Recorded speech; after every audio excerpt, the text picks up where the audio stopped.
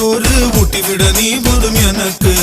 நூத்தமிட்டு நெத்தியில மார்புக்கு நெத்தியில செத்து விட தோணுதடி எனக்கு.